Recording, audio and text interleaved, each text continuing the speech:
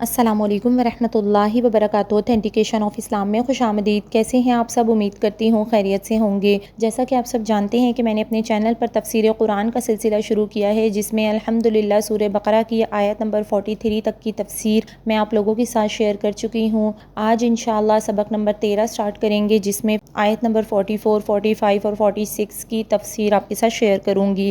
آج کی تفسیر کے جو ٹاپکس ہیں ان میں مبلغ اور داعی حضرات جو دین کی دعوت دے رہے ہیں اور دین کا کام کر رہے ہیں، جو لوگوں کو نیکی کا حکم کرتے ہیں اور برائی سے روکتے ہیں، لیکن خود اپنے نفس کو بھولے بیٹھے ہیں، یعنی خود اس پر عمل نہیں کرتے، تو اس کے بارے میں قرآن پاک میں کیا فرمایا گیا، اور اس کے علاوہ صبر اور نماز کے ذریعے مدد حاصل کرنے کا کہا گیا ہے۔ آج کل جیسے ہم نماز ادا کرتے ہیں کہ نمازیں ادا تو ہو رہی ہیں لیکن ان میں خشوع نہیں ہے، تو خشوع در حقیقت کس چیز کا نام ہے اور خشوع والے کون لوگ ہیں، تو آج کی تفسیر میں انشاءاللہ ضرور بتاؤں گی۔ تو بہت امپورٹنٹ ویڈیو ہے تمام مسلمانوں کے لیے، تو اس ویڈیو کو ضرور واچ کیجیے گا اور اس کو صدقہ جاریہ سمجھ کے شیئر بھی کر دیجیے گا۔ قرآن کے سلسلے کے ساتھ جڑے رہیے گا۔ اللہ پاک ہم سب کو قرآن کو سیکھنے والا اور اس پر عمل کرنے والا بنا دے، آمین ثم آمین۔ چلیے اپنی ویڈیو سٹارٹ کرتے ہیں، لیکن اس سے پہلے اگر آپ میرے چینل پر نیو ہیں تو میرے چینل کو سبسکرائب کر دیجیے اور میری ویڈیوز کو لائک اینڈ شیئر کر دیجیے، اور بیل آئیکن کو پریس کرنا مت بھولیے گا تاکہ میری ہر آنے والی نیو ویڈیو آپ کو مل سکے۔ نحمدہ و نصلی علی رسولہ الکریم، فاعوذ باللہ من الشیطان الرجیم، بسم اللہ الرحمن الرحیم۔ اتأمرون الناس بالبر وتنسون انفسکم وانتم تتلون الکتاب۔ اتأمرون، کیا تم حکم کرتے ہو، ناس لوگوں کو، بالبری بھلائی کا، وتنسون اور بھول بیٹھے ہو یا بھول جاتے ہو، انفسکم اپنی جانوں کو، وانتم اور تم، تتلون الکتاب کتاب پڑھتے ہو، افلا تعقلون تو کیا تم سمجھ نہیں رکھتے، عقل نہیں رکھتے۔ تو اس آیت میں بھی یہودیوں سے خطاب کیا گیا ہے، چونکہ یہ لوگ قرآن کو اور آپ صلی اللہ علیہ وسلم کو حق جانتے تھے، اس لیے پوشیدہ طور پر یعنی چھپتے چھپاتے کبھی کبھی اپنے عوام اور رشتہ داروں کو اسلام قبول کرنے کا مشورہ دیتے تھے اور خود اسلام قبول نہیں کرتے تھے۔ تفسیر ابن کثیر میں اور در منصور میں حضرت ابن عباس رضی اللہ تعالیٰ عنہ سے اس آیت کی تفسیر میں یہ بات نقل کی ہے کہ رسول صلی اللہ علیہ وسلم ایک یہودی لڑکے کی عیادت کے لیے تشریف لے گئے جو آپ کی خدمت کیا کرتا تھا۔ آپ تشریف لائے اور اس کے سر کے پاس تشریف فرما ہو گئے اور اس کو اسلام کی دعوت دی۔ اس نے اپنے باپ کی طرف دیکھا جو وہاں موجود تھا۔ اس کے باپ نے کہا ابو القاسم محمد صلی اللہ علیہ وسلم کی بات مان لے۔ ابو القاسم یعنی یہ آپ صلی اللہ علیہ وسلم کا لقب ہے، تو فرمایا کہ ابو القاسم کی بات مان لے، چنانچہ اس نے اسلام قبول کر لیا، اور آپ وہیں سے یہ کہتے ہوئے باہر تشریف لائے کہ سب تعریف اللہ کے لیے ہے جس نے اسے دوزخ سے بچا لیا۔ یہ صحیح بخاری کی حدیث ہے۔ اس کے علاوہ بھی علماء یہود میں بے عملی عام تھی، لوگوں کو نماز روزے کا حکم کرتے تھے اور خود عمل نہیں کرتے تھے، لہٰذا اللہ تعالیٰ نے ان کو شرم دلائی اور فرمایا کہ جو خیر کا حکم کرے اسے خیر میں دوسروں سے آگے بڑھنا چاہیے۔ تو یہاں یہ بات اگرچہ یہودیوں کی بے عملی ظاہر کرنے کے لیے بیان کی گئی ہے، لیکن اس کا حکم سب کے لیے عام ہے، اور جو بھی کوئی شخص لوگوں کو بھلائی کا حکم کرے گا اور گناہوں سے روکے گا اور خود بے عمل ہوگا، اس کا انجام بہت برا ہوگا، اور اس طریقہ کار کی شناعت اور قباحت اسے لے ڈوبے گی۔ بعض روایت میں ہے کہ جو عالم لوگوں کو خیر سکھاتا ہے اور خود عمل نہیں کرتا، وہ اس چراغ کی طرح سے ہے جس کی بتی جلتی رہتی ہے، لوگوں کو روشنی پہنچتی ہے، لیکن آخر میں بتی خود جل جاتی ہے۔ اب بے عمل واعظ یعنی نصیحت کرنے والے جو لوگ ہیں ان کی سزا کیا؟ حدیث پاک میں آئی ہے کہ حضرت انس رضی اللہ تعالیٰ عنہ سے روایت ہے کہ آپ صلی اللہ علیہ وسلم نے ارشاد فرمایا کہ جس رات مجھے معراج کرائی گئی، میں نے کچھ لوگوں کو دیکھا کہ ان کے ہونٹ قینچیوں سے کاٹے جا رہے ہیں، جب کٹ جاتے تو پھر ٹھیک ہو جاتے۔ میں نے جبریل علیہ السلام سے کہا کہ یہ کون لوگ ہیں؟ انہوں نے کہا یہ آپ کی امت کے خطیب ہیں جو لوگوں کو بھلائی کا حکم دیتے ہیں اور اپنی جانوں کو بھول جاتے ہیں، حالانکہ وہ کتاب پڑھتے ہیں، کیا ان کو سمجھ نہیں ہے؟ صحیح مسلم کی حدیث ہے کہ حضرت اسامہ بن زید رضی اللہ تعالیٰ عنہ نے بیان فرمایا کہ میں نے رسول صلی اللہ علیہ وسلم کو یہ فرماتے ہوئے سنا کہ ایک شخص کو قیامت کے دن لایا جائے گا، پھر اسے دوزخ میں ڈالا جائے گا،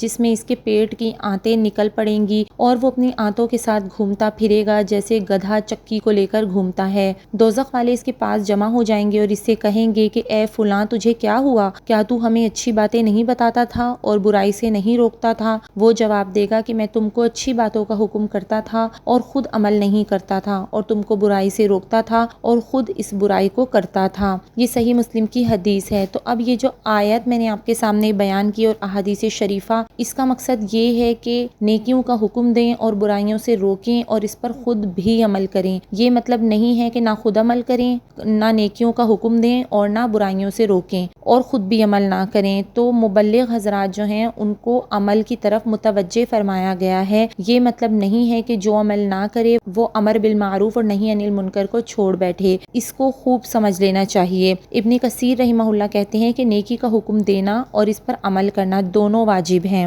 اب اگلی آیت کی طرف چلتے ہیں۔ وَاسْتَعِینُوا بِالصَّبْرِ وَالصَّلَاةِ، وَاسْتَعِینُوا اور مدد چاہو، بِالصَّبْرِ وَالصَّلَاةِ صبر کے ساتھ اور نماز کے ساتھ، وَإِنَّهَا لَكَبِیرَةٌ إِلَّا عَلَى الْخَاشِعِینَ، وَإِنَّهَا اور بلا شبہ لَكَبِیرَةٌ یعنی یہ نماز ضرور دشوار ہے، إِلَّا مگر عَلَى الْخَاشِعِینَ خشوع والوں پر، الَّذِینَ يَظُنُّونَ أَنَّهُم مُّلَاقُو رَبِّهِمْ وَأَنَّهُمْ إِلَیْهِ راجعون۔ الَّذِینَ يَظُنُّونَ الَّذِینَ جو لوگ، یظنون یقین رکھتے ہیں، انہم کہ بے شک، ملاقو ملاقات کرنے والے ہیں، ربہم اپنے رب سے، وانہم اور بے شک وہ، الیہ راجعون اس کی طرف لوٹنے والے ہیں۔ تو اس آیت میں صبر اور نماز کے ذریعے مدد حاصل کرنے کا طریقہ بتایا ہے۔ لفظ صبر 3 معنی میں آتا ہے۔ پہلا، طاعات پر جمع رہنا یعنی خاص کر فرائض اور واجبات کو پابندی سے ادا کرنا۔ دوسرا،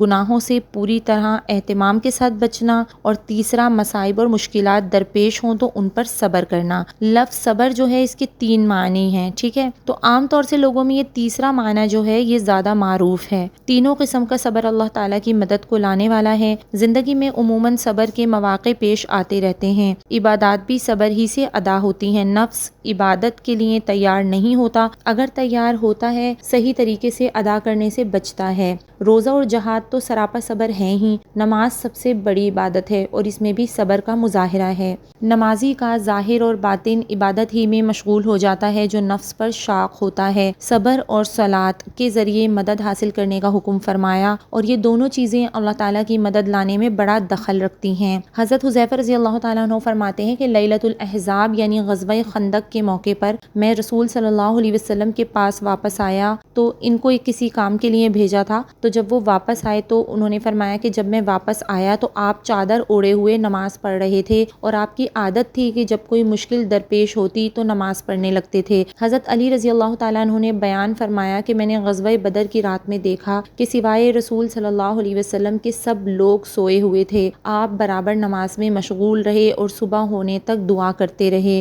تو مفسر ابن کثیر نے ابن جریر طبری سے نقل کیا ہے کہ وَاسْتَعِینُوا بِالصَّبْرِ وَالصَّلَاةِ میں علماء یہود سے خطاب فرمایا ہے۔ وہ لوگ تحصیل دنیا کے لیے، ریاست اور شان و شوکت باقی رکھنے کے لیے حق چھپاتے تھے اور اسلام نہ خود قبول کرتے تھے اور نہ دوسروں کو قبول کرنے دیتے تھے۔ ان کو حکم ہوا کہ حق قبول کرو، اسلام لاؤ، اللہ کی اطاعت اور فرمانبرداری میں لگو، صبر اور نماز کے ذریعے اللہ کی مدد حاصل کرو۔ جو اللہ سے نزدیک کرے گی اور برائیوں سے روکے گی، اسلام قبول کرنے پر جو کچھ تکلیف پہنچ جائے، مال اور ریاست میں کمی آ جائے، اسے صبر کے ساتھ برداشت کرو۔ ابن کثیر فرماتے ہیں کہ آیت کا خطاب صرف یہود مخاطب نہیں بلکہ صبر اور نماز کے ذریعے مدد حاصل کرنے کا حکم یہود اور غیر یہود مسلمانوں سب کے لیے ہی اللہ تعالیٰ نے قرآن پاک میں بیان کیا ہے۔ نماز میں ظاہر اور باطن سب عبادت میں لگ جاتا ہے۔ یہ ظاہری طہارت اور باطنی تزکیہ دونوں کو شامل ہے۔ کچھ نہ کچھ مال بھی خرچ ہوتا ہے، مثلاً وضو اور غسل کے لیے پانی حاصل کرنا پڑتا ہے، اور عورت کے ستر کو ڈھانکنے کے لیے کپڑوں کا انتظام کرنا کرنا پڑتا ہے۔ اگر صحیح طریقے پر نماز پڑھی جائے تو دل اور اعضاء نماز کی طرف متوجہ ہو جاتے ہیں۔ اس میں شیطان سے مقابلہ ہے اور حق تعالی شانہ سے مناجات ہے، تلاوت قرآن ہے، توحید اور رسالت کی گواہی ہے، نفس کو اس کے تقاضوں سے روکنا ہے،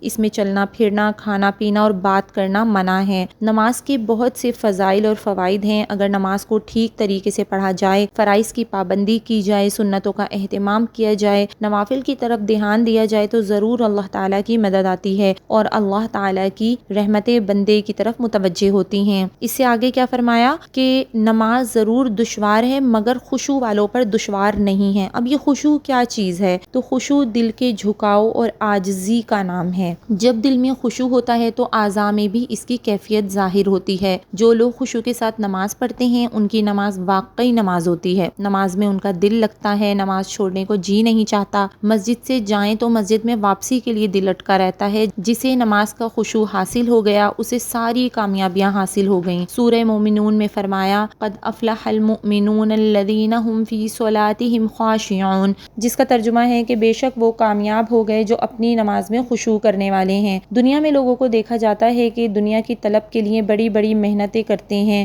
18 گھنٹے ڈیوٹیز کرتے ہیں، لیکن 2 رکعت پڑھنا ان کے لیے مصیبت بن جاتا ہے۔ اگر نماز شروع کر دیں تو اس میں بھی اپنے دنیاوی مشاغل کا ہی دھیان رکھتے ہیں، خشوع نہیں ہوتا، اس لیے 2 رکعت پڑھنا بھی بھاری پڑ جاتا ہے۔ اب خشوع والے کون لوگ ہیں؟ پھر فرمایا آگے کہ خشوع والے وہ ہیں جو یقین رکھتے ہیں کہ وہ بے شک اپنے رب سے ملاقات کرنے والے ہیں اور یہ کہ وہ اس کی طرف لوٹنے والے ہیں۔ اس میں یہ بتایا کہ خشوع ان لوگوں کو حاصل ہوتا ہے جنہیں اس بات کا یقین ہے کہ ان کو موت کے بعد جی اٹھنا ہے اور میدان قیامت میں حاضر ہونا ہے اور بارگاہ خداوندی میں پیش ہونا ہے اور اپنے پروردگار کی طرف لوٹنا ہے۔ جس کو ان باتوں کا یقین ہوگا وہ نماز قضا بھی نہیں کرے گا، بے وقت بھی نہ پڑھے گا اور اچھی نماز بھی پڑھے گا۔ اس کو خشوع کی کیفیت بھی حاصل ہوگی، رکوع سجدہ بھی ٹھیک کرے گا، اس کی تلاوت بھی صحیح ہوگی۔ ابن کثیر رحمہ اللہ کہتے ہیں کہ وہ مومنین اور خاشعین جانتے ہیں کہ انہیں قیامت کے روز اللہ تعالیٰ کے روبرو حاضر ہونا ہے اور اس کے حضور پیش ہونا ہے اور یہ کہ وہ اسی کی طرف لوٹنے والے ہیں،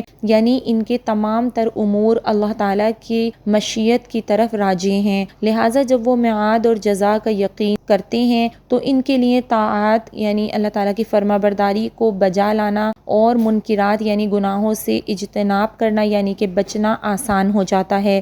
تو در حقیقت جسے یہ یقین ہو کہ یہ نماز آخرت میں نجات کا ذریعہ بنے گی اور نماز قبول ہوئی تو اور نیکیاں بھی قبول ہوں گی اور اگر نماز رد ہو گئی تو دوسرے اعمال بھی رد ہو جائیں گے، اور یہ کہ میری نماز کا ثواب مجھے کو ملنا ہے اور اس کی وجہ سے بڑے بڑے انعامات نصیب ہوتے ہیں، تو ایسا شخص بے وقت نماز کیوں پڑھے گا، جلدی جلدی کیوں پڑھے گا اور رکوع اور سجدے میں کمی کیوں کرے گا؟ در حقیقت آخرت کی پیشی اور وہاں کے عذاب اور ثواب کا فکر ہو تو یہ دین کے بڑے بڑے کام کروا سکتا ہے، یہ نہ ہو تو صحیح طریقے پر 2 رکعت نماز پڑھنا بھی بھاری ہو جاتا ہے۔ حضرت عمار بن یاسر رضی اللہ تعالیٰ عنہ سے روایت ہے کہ رسول اللہ صلی اللہ علیہ وسلم نے فرمایا کہ بے شک انسان نماز سے فارغ ہوتا ہے اور اس کے لیے نماز کا 10واں یا 9واں یا 8واں یا 7واں یا 6واں یا 5واں یا چوتھائی یا تہائی یا آدھا حصہ لکھا جاتا ہے۔ تو یہ ثواب کی کمی اور کٹوتی خود نمازی کے اپنے اخلاص، عمل اور خشوع کی کمی اور کوتاہی کی وجہ سے ہوتی ہے۔ تو آج کی ویڈیو میں بس اتنا ہی، کیونکہ آگے آنے والی آیات میں انشاءاللہ قیامت کا بیان آ رہا ہے، یعنی قیامت کے دن جو نفسا نفسی ہوگی اس کے بارے میں، اور مصر میں بنی اسرائیل کی مظلومیت کیا تھی، یعنی مصر میں بنی اسرائیل کی مظلومیت کیا تھی اور بنی اسرائیل کا سمندر پار کر کے نجات پانا اور فرعون کی پوری قوم کا غرق ہونا، تو اس کے بارے میں انشاءاللہ اگلی تفسیر کے سبق میں آپ کو بتاؤں گی۔ تو اگر میری ویڈیو آپ کو پسند آئی ہو تو اس کو لائک اینڈ شیئر کرنا مت بھولیے گا۔ قرآن کے سلسلے کے ساتھ جڑے رہیے، اسی طرح کی اور بہت ساری اوتھینٹک ویڈیوز کے لیے دیکھتے رہیے اوتھینٹیکیشن آف اسلام۔ السلام علیکم ورحمۃ اللہ وبرکاتہ۔